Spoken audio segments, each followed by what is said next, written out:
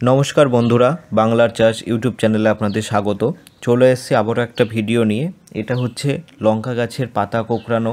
যেই রোগটা এখন বেশি দেখা যাচ্ছে, সেটা আপনারা কি করে লক্ষণটা বুঝবেন, কি কারণে হচ্ছে এবং কি কি ওষুধ দিলে এর প্রতিকার পাবেন, সমস্ত কিছু বলবো এই ভিডিওতে।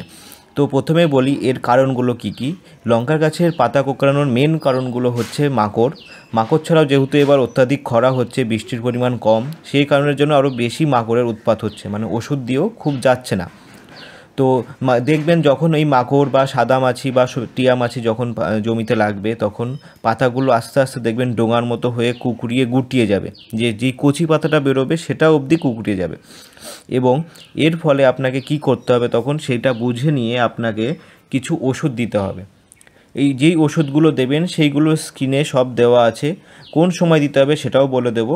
এছাড়া এগুলো দিয়েও যদি কাজ না হয়, এছাড়া আরও কিছু ওষুধ আছে, যেমন রোলেক্স আছে, বোমটেড আছে, তাছাড়া আরও অনেক রকম প্যাগাসাস আছে।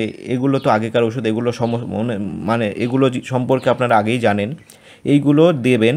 আর যখন দেবেন সেটা হচ্ছে রোদটা পড়ে যাওয়ার পরে দেবেন, কারণ রোদ থাকা অবস্থায় মাকড় পাতার নিচে থাকে, তখন যদি দেন তাহলে কোনো কাজই হবে না, পাতার নিচে থাকে। তো সেই জন্য আপনি যখন বিকালবেলা বা দেবেন, তখন হচ্ছে মাকড়গুলো পাতার উপরে উঠে আসে, সেই অবস্থায় যদি দেন তাহলে মাকড়টার কাজ হবে এবং সেই মাকড়গুলো মারা যাবে।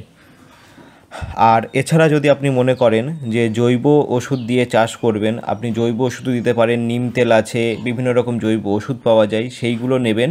সেইগুলো জৈব ওষুধ দেওয়ার একটা নির্দিষ্ট সময় বা নির্দিষ্ট দিন অন্তর অন্তর দিতে হয়, যেমন 7 দিন বা 10 দিন অন্তর অন্তর একই ওষুধ স্প্রে করবেন, তাহলে আপনি পরিণামটা ভালো পাবেন। আর এই নিয়মগুলো যদি ফলো করে চলেন, তাহলে অবশ্যই লঙ্কা গাছের পাতার কোঁকড়ানো যেই ভাবটা আপনাদের জমিতে আছে, সেগুলো অবশ্যই কেটে যাবে। আর যদি কোনো ইনকোয়ারি থাকে আমাদেরকে কমেন্ট করবেন, ওষুধের নাম বুঝতে না পারলে না কিছু হলে অবশ্যই জিজ্ঞাসা করবেন, আমরা যত তাড়াতাড়ি সম্ভব আপনাকে তার উত্তর পাঠিয়ে দেবো।